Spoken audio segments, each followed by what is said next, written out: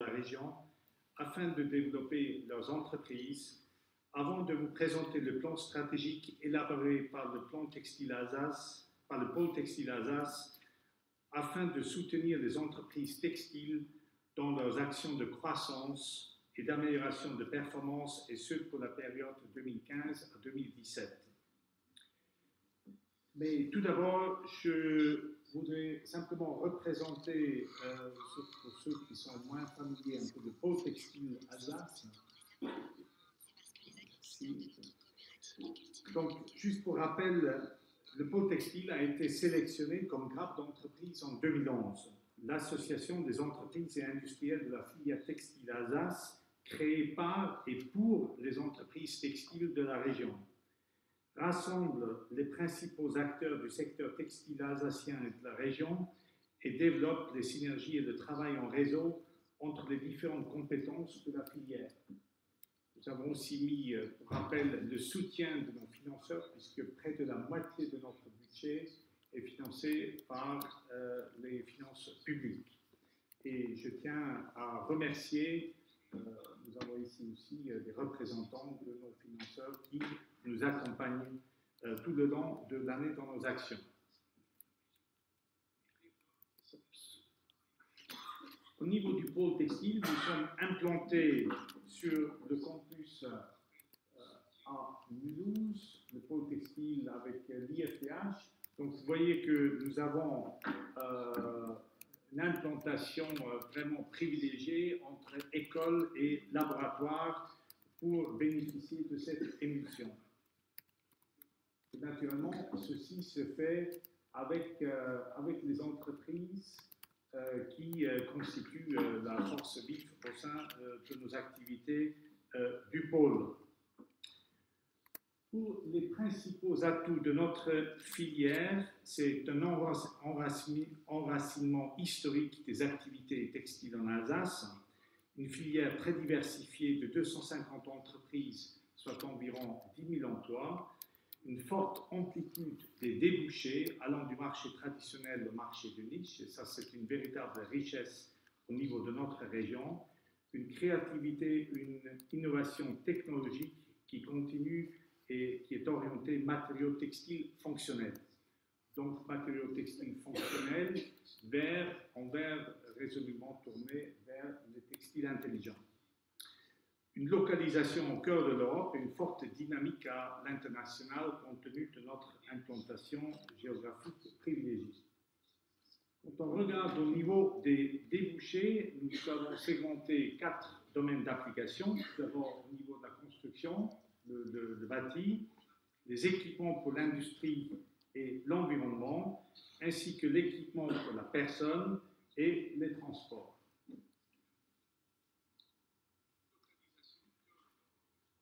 Fin 2014, nous comptons 60 membres au sein du pôle textile, ce qui représente à peu près 3 000 emplois pour un chiffre d'affaires de 600 millions d'euros.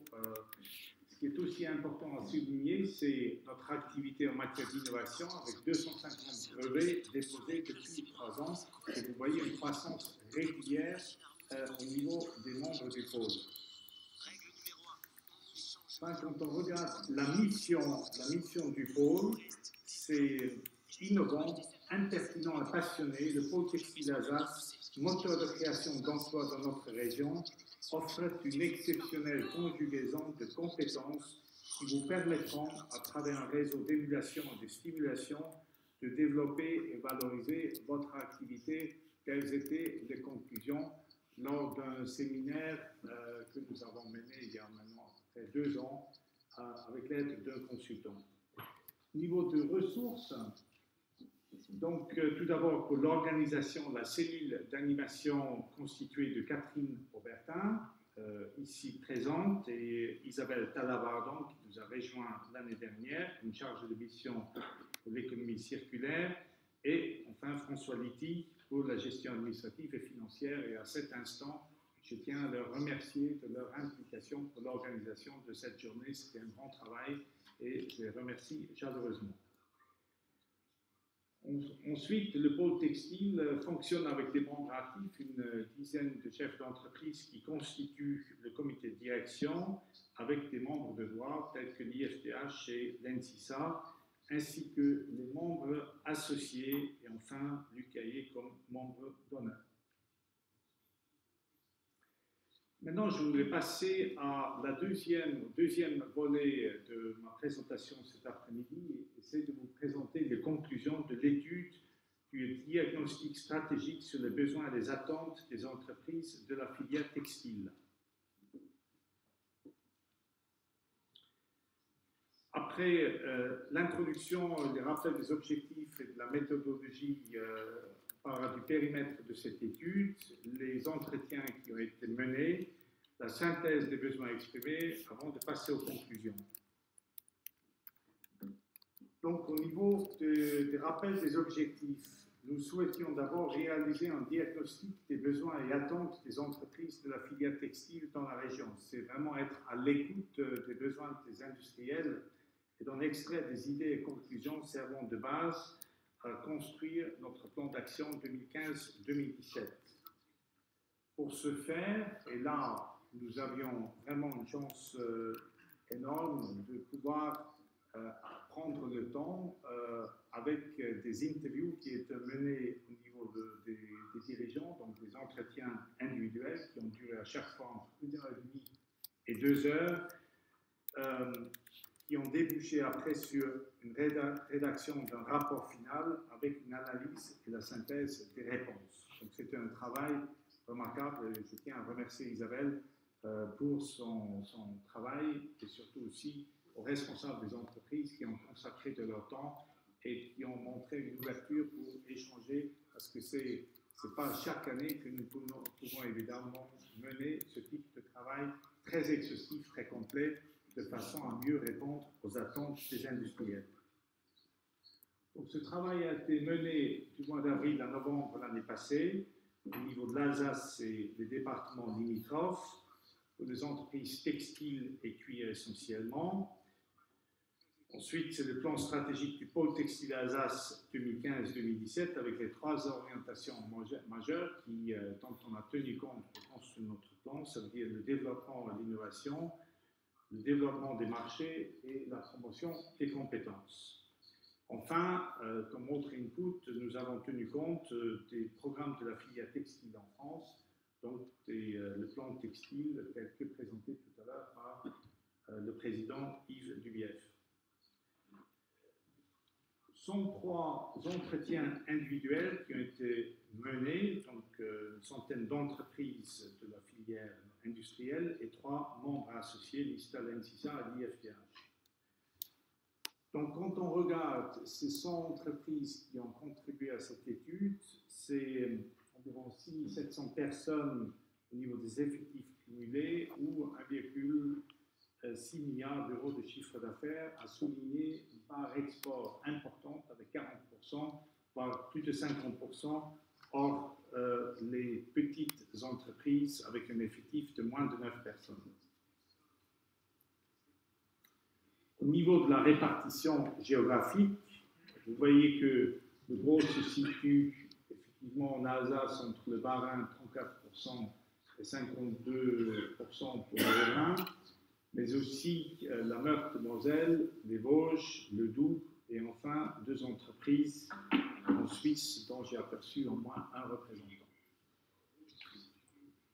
Pour la répartition par taille des entreprises, sans surprise, on a une forte répartition, tout d'abord menée par les PME inférieures à 50 salariés, qui représentent 38%, suivi des très petites entreprises, 27%, et enfin, dans cette partie-là, on a la PME moins de 250 salariés, et puis aussi les 4% qui représentent les ETI.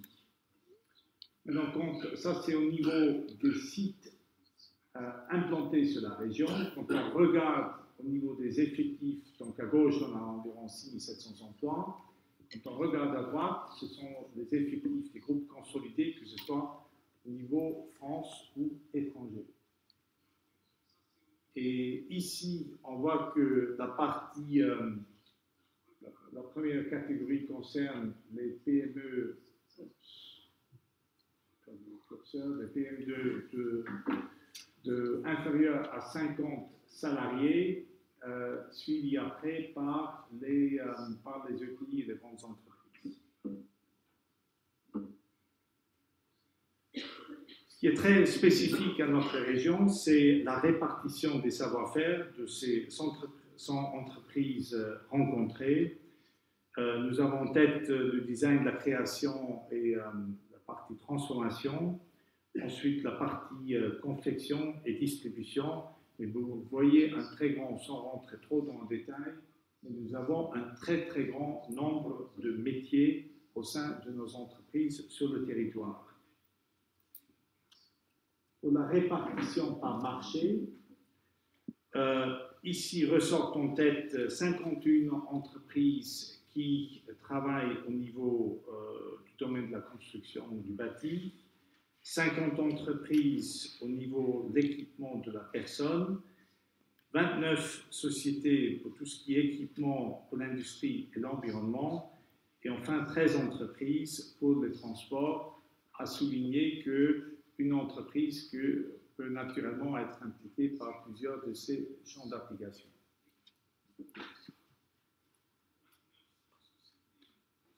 Donc, quand on zoome sur le détail, au niveau de la construction,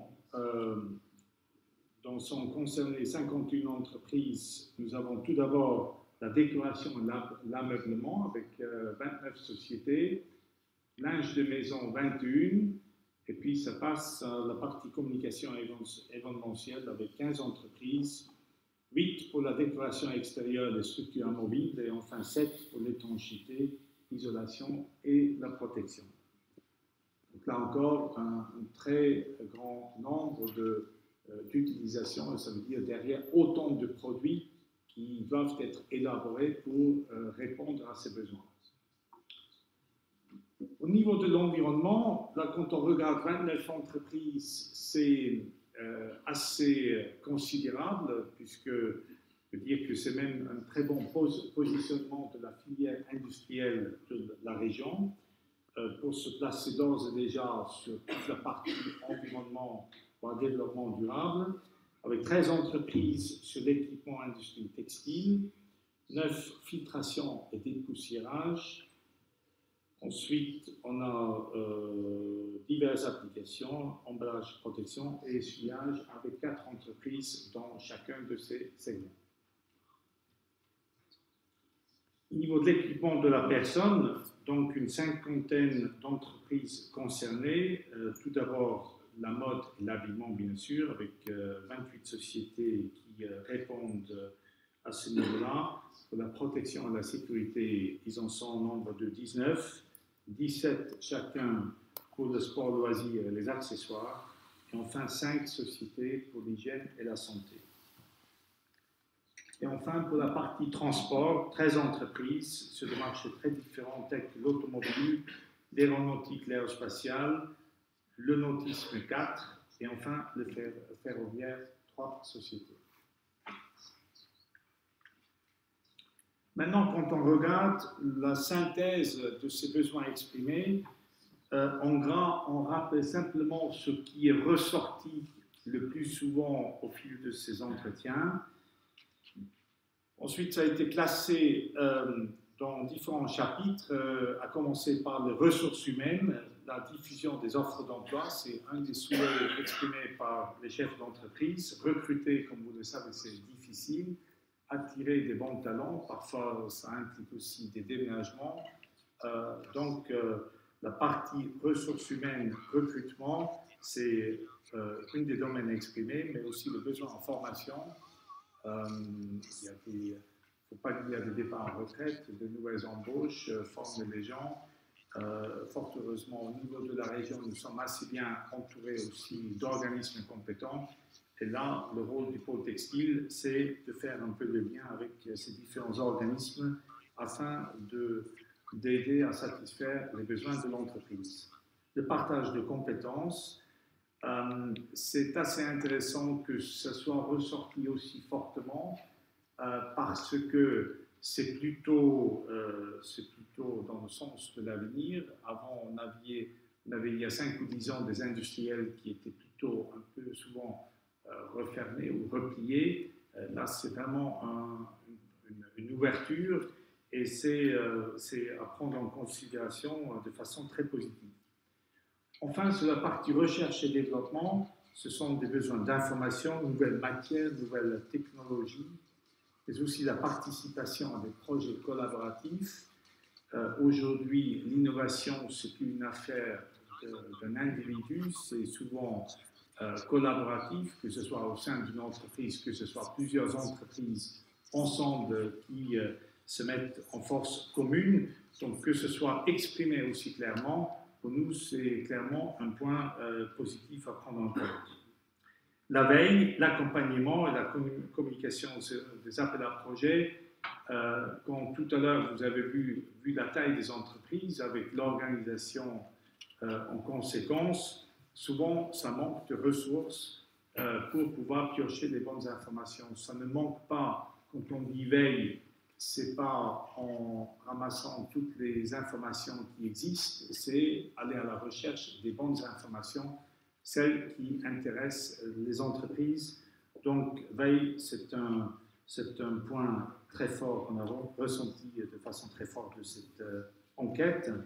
Et c'est aussi à mettre ensemble avec toute la partie anticipation qui est naturellement ô combien importante puisqu'on est dans un monde qui évolue très vite et la clé du succès, c'est d'anticiper. Passerelle entre les écoles, les centres de recherche, centres techniques et les entreprises. Souvent, la connaissance existe par rapport aux défis en matière de recherche et développement. Encore faut-il savoir les trouver et c'est là-dessus que je reviendrai tout à l'heure. Dans le dernier volet, nous avons quelques idées. Enfin, l'événementiel, présent sur des salons, Expo Protection, Maison Objet et autres, souvent aussi tournés vers l'international. Les agendas de salons, souvent les entreprises peuvent ignorer quels sont les salons pertinents à leurs activités, ou alors ils sont habitués à visiter ou à exposer dans quelques salons bien spécifiques, mais parfois ils n'imaginent pas le spectre de toutes les possibilités qui existent. Et enfin, l'organisation de conférences ou de conventions d'affaires. Donc, sur cette première partie, voilà ce qui ressort. Sur la commercialisation et export, c'est développer la visibilité du label Alsace Terre Textile, qui, et Paul Dumoncourt l'avait rappelé, avec Vosges Terre Textile comme précurseur, et c'est un très grand succès. Aujourd'hui, vous ne pouvez plus traverser notre région sans croiser ici et là des panneaux Terre Textile. Donc, naturellement, c'est un formidable vecteur de travail en réseau et de rendre notre profession aussi visible vis-à-vis du consommateur. L'outil de cartographie à l'import et à l'export pour des mises en relation efficaces avec des partenaires éprouvés, c'est un sujet important. Souvent, on n'a pas besoin de connaître forcément un fichier client ou de prospect, mais souvent, parfois on peut être en manque d'informations au niveau de l'amont, au niveau des fournisseurs. Et aujourd'hui, les fournisseurs comme partenaires, c'est tout aussi important que les clients comme partenaires. Pour la partie communication, la promotion de la filière, mise en avant des savoir-faire des entreprises, de la qualité et sécurité des produits.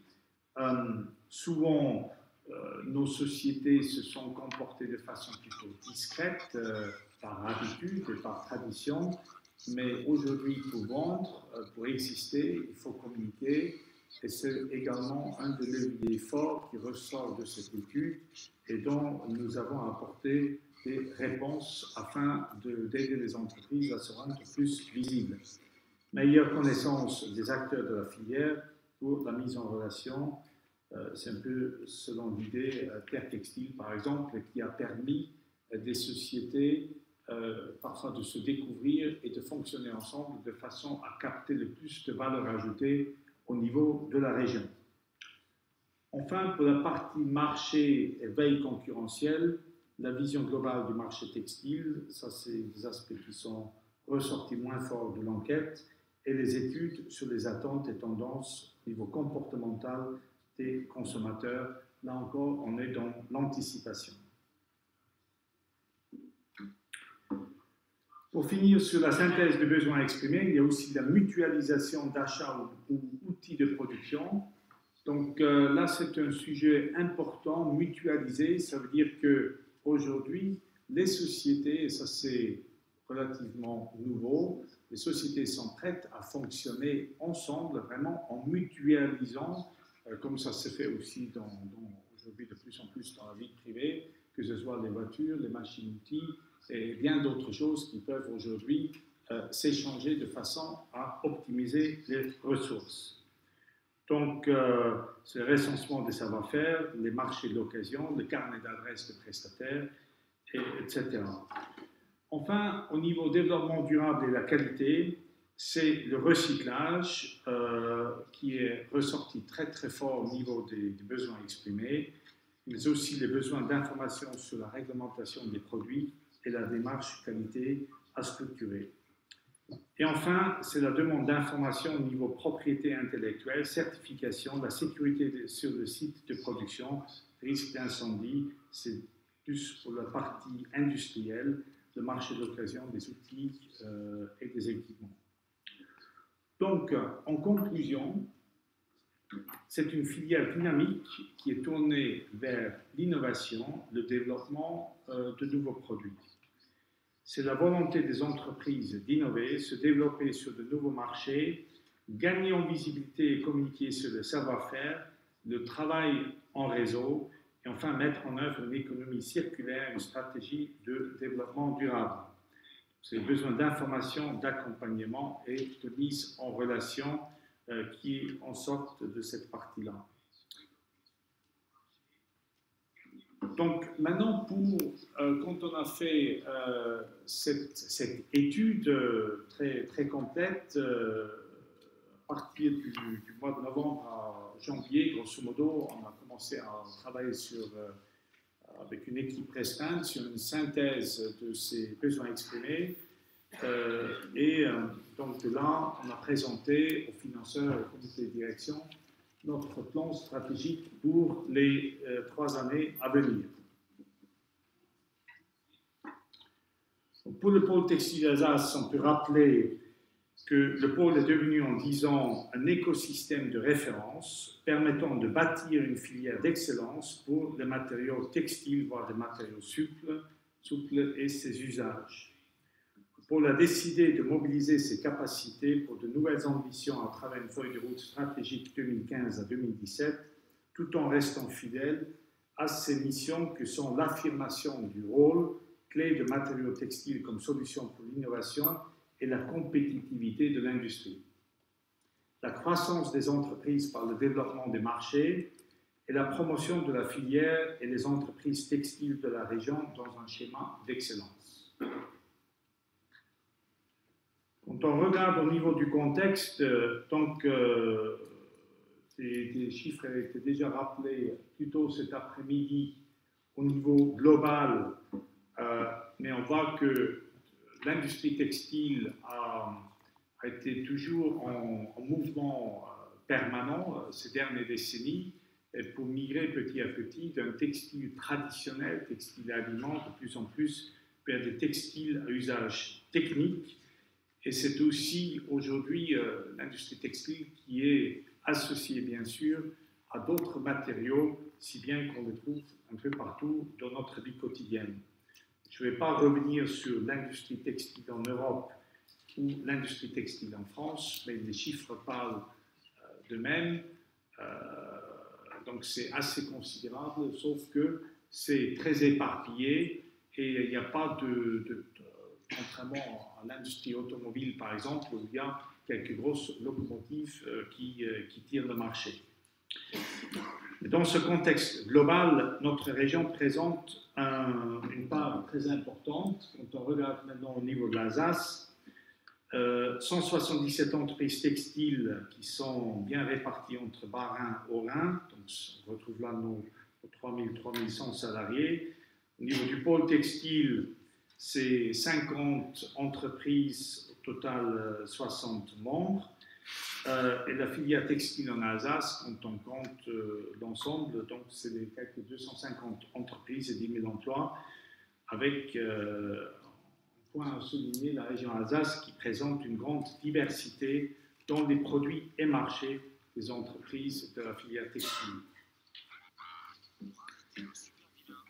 Donc avec le travail mené au niveau des interviews, ce qui est très important, c'est que nos actions pour le futur accompagnent les entreprises et débouchent très clairement sur des résultats en chiffre d'affaires, voire en rentabilité. Donc, pour la première partie qui ressort donc très fortement, c'est cette volonté d'innover. Et cela passe notamment par des participations à des projets collaboratifs, des candidatures à des appels à projets ou des concours d'innovation. D'importants investissements déjà répertoriés dans 10 entreprises pour 2015, avec un montant total de 40 millions d'euros.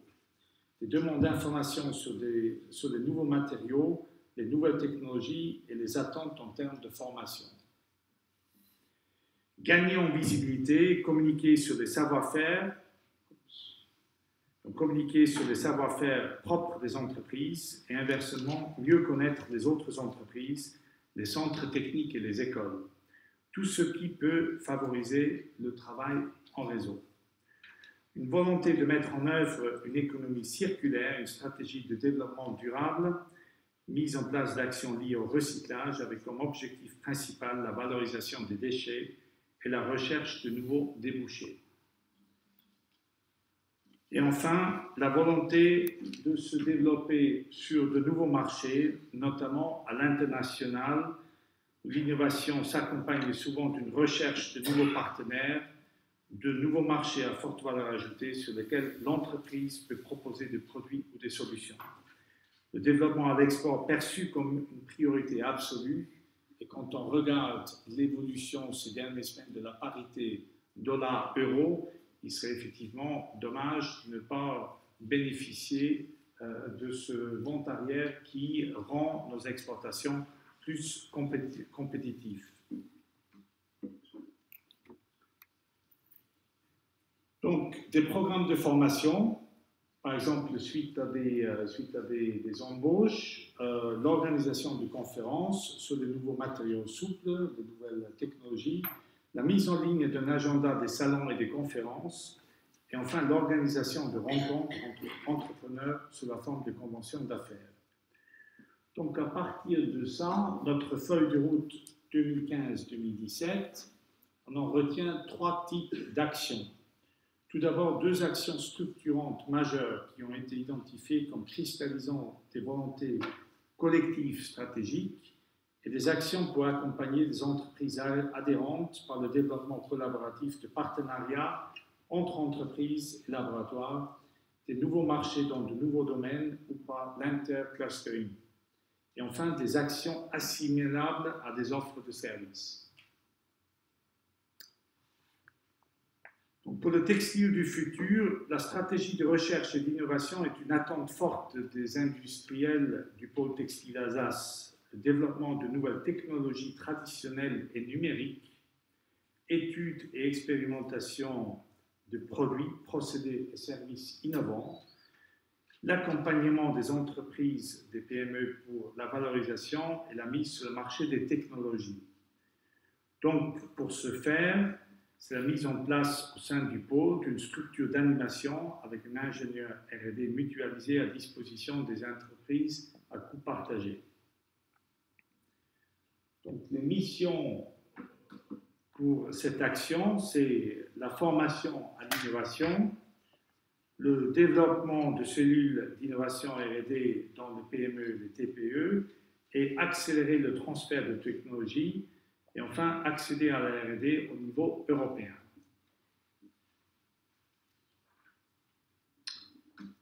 Pour l'entreprise du futur, les entreprises doivent s'adapter et mettre en œuvre des stratégies innovantes porteuses d'avenir. Deux axes sont apparus comme essentiels aux industriels, la visibilité sur Internet, l'économie circulaire ou le développement durable. Et pour cela, nous prévoyons de créer 2 postes à coût partagé pour développer une stratégie de visibilité web pertinente et efficace avec un objectif de retombée commerciale. Travailler sur la recyclabilité avec valorisation des déchets de production et des produits en fin de vie. Donc, l'émission, c'est d'abord au niveau visibilité web, c'est un outil qui peut permettre de décupler les débouchés commerciaux des entreprises, d'où les actions suivantes: aide à la compréhension des possibilités des outils web et de leur bonne utilisation, assistance dans la mise en œuvre de la stratégie web marketing, formation au commerce web et possibilités de web marketplace. Au niveau de l'économie circulaire, transformer les déchets en matières premières valorisant dans la conception de produits et la recherche de nouveaux débouchés, d'où les actions suivantes: prospecter et organiser pour les entreprises les marchés de valorisation de leurs déchets ou produits en fin de vie, aider les entreprises dans leurs projets mettant en œuvre des matières naturelles et ou recyclables, formation à l'éco-conception, un peu dans la continuité du CIMECO que nous avons pratiqué il y a quelques temps, et aide à la valorisation marketing de la démarche.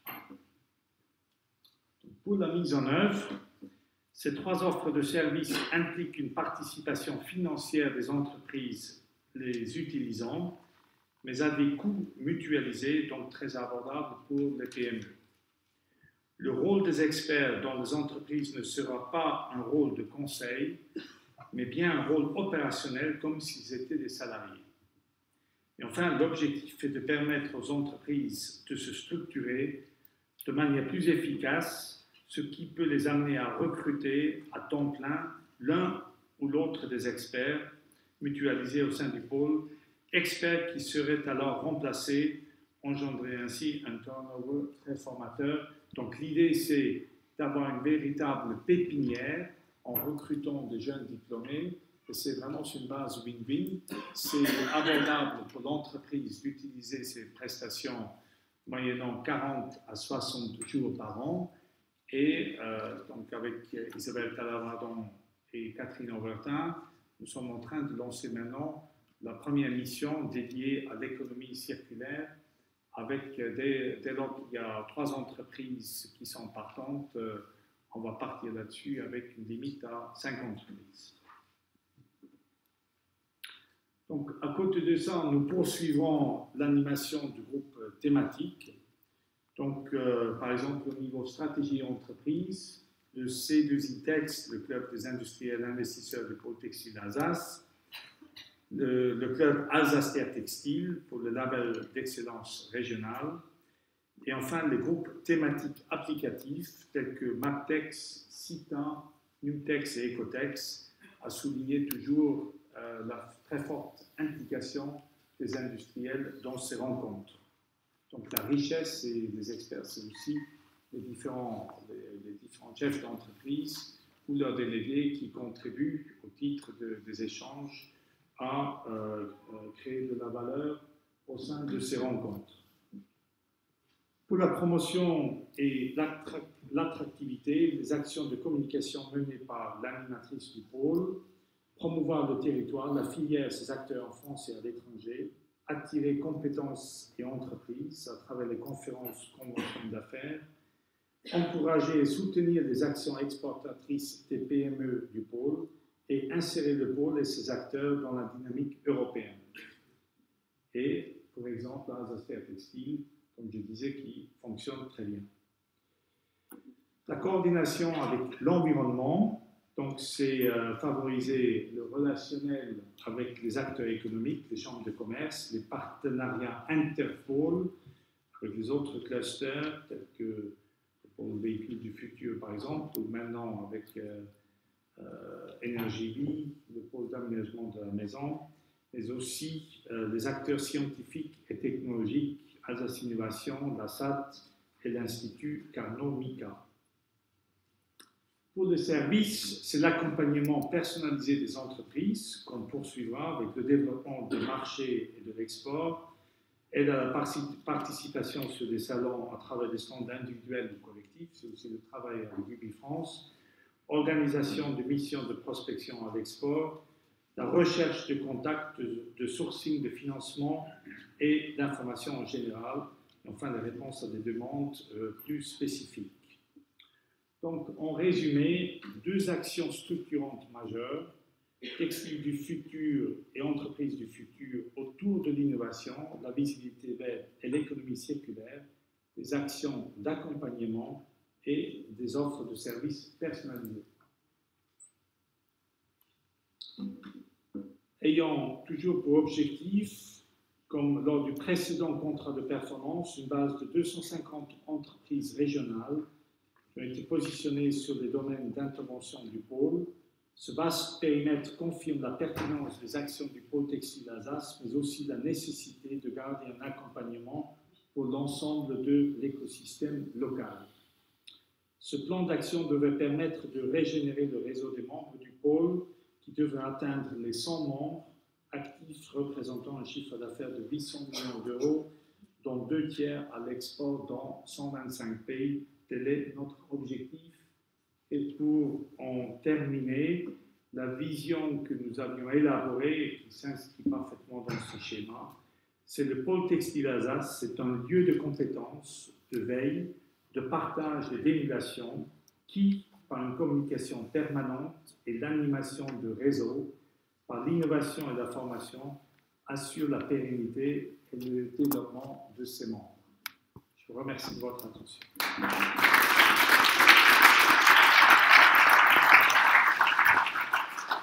Merci Marcus. Maintenant que nous avons terminé les interventions, et avant de passer aux tables rondes, je vous propose de passer à quelques questions venant de la salle. Est-ce que vous avez des questions sur ce qui a été